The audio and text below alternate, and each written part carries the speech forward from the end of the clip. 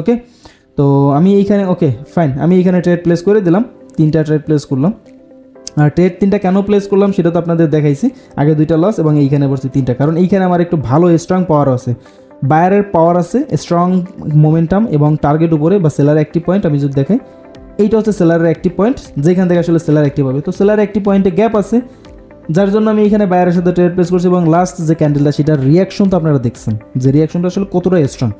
ওকে, দেখা যাক trade profit আসে বা লস যা হবে আপনাদের সামনে। যদি আমার স্টপ লস হিট হয়, মানে এই ট্রেডটা যদি লস যায় তার মানে আমার স্টপ লস হিট হবে আজকের জন্য, কোনো সমস্যা নাই, আমি আজকের মতন এইখানে ট্রেড ক্লোজ করব। আর যদি প্রফিট আসে ফাইন, আমি তারপরে এটা ক্লোজ করবো, কারণ আপনাদের বলছি আমি ব্যাক টু ব্যাক 5টা ট্রেড প্লেস করবো। তবে আমার অলরেডি 5টা ট্রেড প্লেস করা শেষ, এটা 6 নম্বর চলতেছে, এইটা আমি লাস্ট ট্রেড করবো, কারণ লং ভিডিও হইলে আসলে সবাই ধৈর্য নিয়ে এত সময় নিয়ে আসলে দেখতে চায় না। তো এইখানে দেখা যাক আমার ট্রেড প্রফিট চলে এসেছে। ওকে, তো আজকের মতন এতটুকুই আপনারা দেখতে পাচ্ছেন।